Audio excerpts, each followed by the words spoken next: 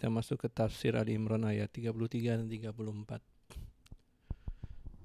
A'udzu billahi minas syaitonir rajim. Innallaha astafa Adama wa Nuhan wa ala Ibrahim wa ala Imran 'alal 'alamin.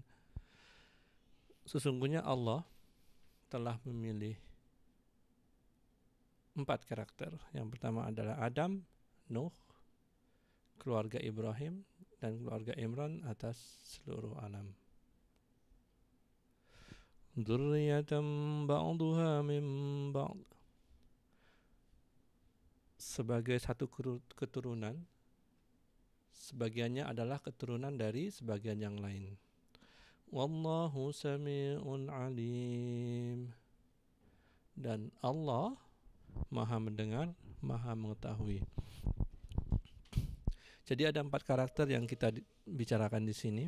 Yang pertama adalah Adam, kedua Nuh, yang ketiga keluarga Ibrahim, keluarga Imran, yang Allah telah pilih, yang Allah telah cintai pada masanya masing-masing atas sekalian makhluk di seluruh alam. Adam, karakter pertama disebutkan. Semua orang tahu bahwa Adam diciptakan oleh tangan Allah sendiri. Kemudian Allah tiupkan ruh kepadanya. Kemudian Allah memerintahkan para malaikat untuk sujud kepadanya. Kemudian sebelum diuji, Allah sudah tempatkan beliau di surga. Kemudian Allah beri ilmu pengetahuan yang membuatnya tinggi derajatnya dibanding makhluk Allah yang lain. Dialah Adam, tokoh pertama. Tokoh kedua, Nuh. Nuh adalah Rasul yang pertama. Teman-teman ingat apa perbedaan Nabi dan Rasul? Nabi adalah suatu karakter yang diturunkan ketika suatu umat ini beragama satu, Islam, dan dia diturunkan untuk memperkuat. Rasul adalah karakter yang diturunkan ketika ada perlawanan dari kesedikan atau Tuhan yang lain. Jadi Rasul ini punya tantangan untuk menangkan syubhat-syubhat yang ada dan melawan tandingan-tandingan Tuhan ini. Nuh ujiannya berat. Sudah hidup untuk jangka waktu yang lama. Dia berdakwah 950 tahun.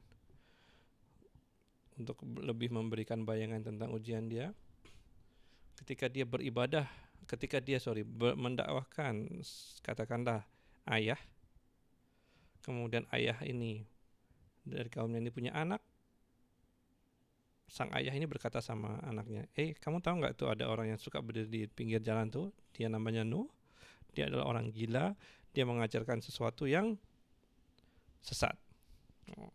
Kemudian anak ini mengajarkan lagi kepada anaknya lagi, berarti cucu, udah 3 generasi nih, ayah, anak, dan cucu, sama. Kamu lihat, itu namanya Nuh, orang gila, dia mengajarkan sesuatu yang tidak kita kenal. Bagaimana besarnya kesabaran itu sehingga 3 generasi ini terus didakwahi oleh beliau dan tidak kenal menyerah. Nah, atas kesabaran ini pada akhirnya Allah bela dirinya. Walaupun dia tidak mempunyai kaum yang banyak, tapi yang Allah lihat adalah konsistensinya dan usahanya. Tokoh ketiga adalah Ibrahim. Ibrahim ini adalah kekasih Allah.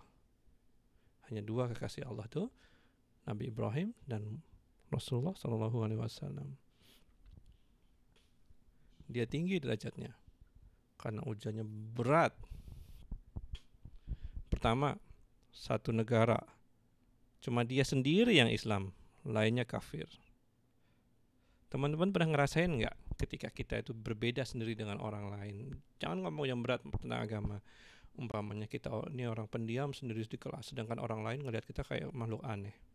Mereka mengejek kita kan. Nah, Ibrahim lebih dari itu.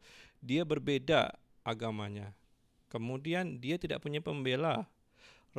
Yang dilawan adalah raja yang memiliki kekuasaan yang besar, punya pasukan, sehingga akhirnya dia dipenjarakan, kemudian dilempar ke dalam api.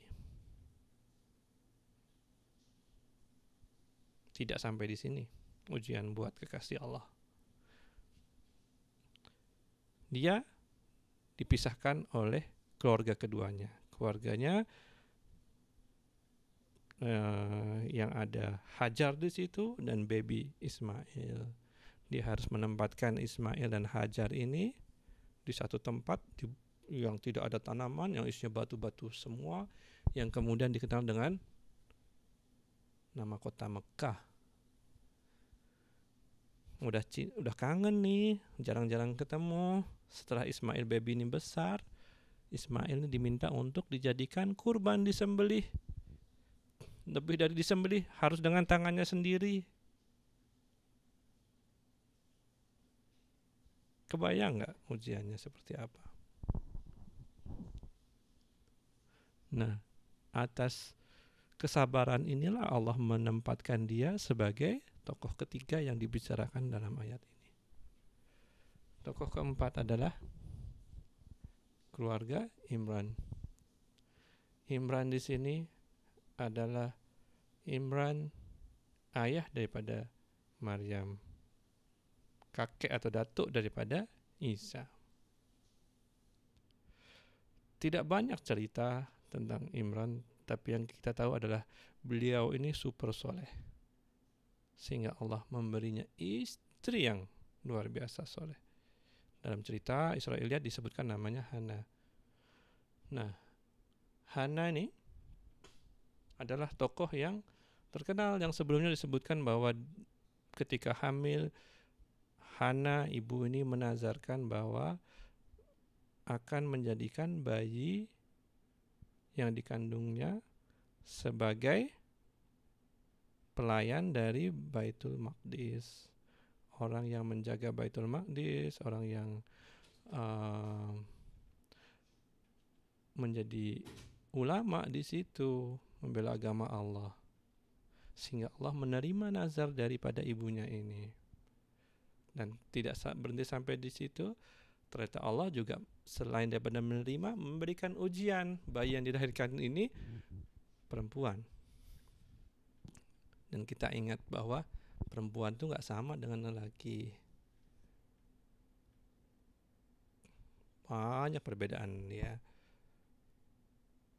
Kemampuannya untuk berpikir juga berbeda, kemampuan fisiknya berbeda, mereka punya halangan. Sehingga pertama kali ketika tahu bahwa bayi ini perempuan, sang ibu ini bilang sama Allah, ya Allah, ternyata bayiku ini perempuan dan tidaklah sama laki-laki dengan perempuan. Tapi karena Allah sudah menerima nazar atau niat dari ibu ini, Maryam dijaga oleh Allah, diberikan bimbingan. Walaupun Imran ini sudah nggak ada nih, Imran bapaknya sudah nggak ada, tapi Maryam dijaga oleh orang paling pinter di Baitul Maqdis, namanya Zakaria. Kemudian setelah itu dari Maryam ini lahirlah Isa, yang merupakan representasi daripada nazar sang ibu ini, namanya Hana. Walaupun Imran ini orang soleh, tapi level dia belum sampai ke level Nabi. Mungkin level dia tuh katakanlah wali. Dan wali itu masih jauh level di atas Nabi.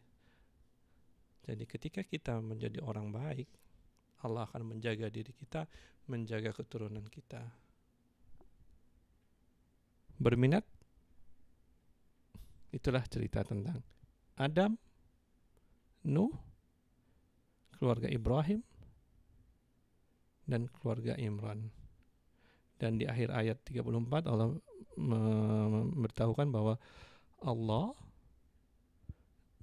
Ia Maha mendengar lagi Maha mengetahui.